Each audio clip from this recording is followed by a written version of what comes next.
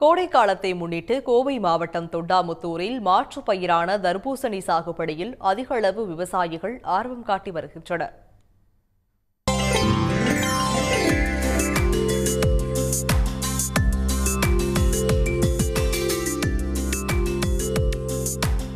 கோவை மாவட்டத்தில் தக்காளி, சின்ன வெங்காயம், வாழை, காய்கறிகள் விவசாயம் செய்யப்படுகிறது.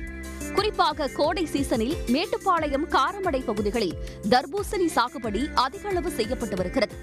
இம்முறை தொண்டாமுத்தூர் சுற்றுவட்டார பகுதிகளில் மாற்றுப் பயிராக தர்பூசணியை விவசாயிகள் சாகுபடி செய்ய தொடங்கியுள்ளனர். வழக்கமான தக்காளி, சின்ன வெங்காயம், வாழை சாகுபடிகளை விடுத்து இம்முறை கோடை சீசன் பயிரான தர்பூசணி சாகுபடியில் இறங்கியுள்ளனர்.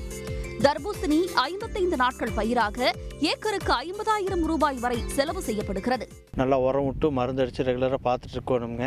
இதுக்கு விவசாயத்தில் மார்க்கெட்டில் எப்படி நிலவரத்துக்கு விலை வைக்குதோ அந்த மாதிரி தான் போகுதுங்க. அதுக்கான ஒரு ஃபிக்ஸட் ரேட்டு கிடையாதுங்க. எங்கள் பொருள் வரும்போது எப்போ ரேட் இருக்குதோ அந்த ரேட்டுக்கு தான் போகுங்க.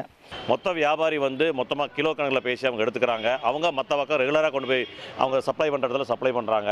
இது விவசாயிகளுக்கு ஓரளவுக்கு தான் லாபம் இருக்குது. விவசாயிகளே அல்லது அரசாங்கம் இதுக்கு முன்னெடுத்து விவசாயிகளை ஊக்குவித்து அதற்குண்டான வழிவகை செஞ்சால் கண்டிப்பாக இந்த மார்க்கெட்டை பொறுத்தவரை விவசாயிகள் போதிய பலனை எல்லாம்.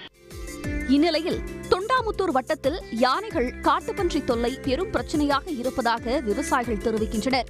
அரசு மானிய விலையில் சோலார் மின்வேலி அமைக்க உதவ வேண்டும் எனவும், விவசாயிகள் விளைபொருட்களுக்கு அரசு நிலையான விலை நிர்ணயம் செய்ய வேண்டும் என விவசாயிகள் வலியுறுத்தியுள்ளனர்.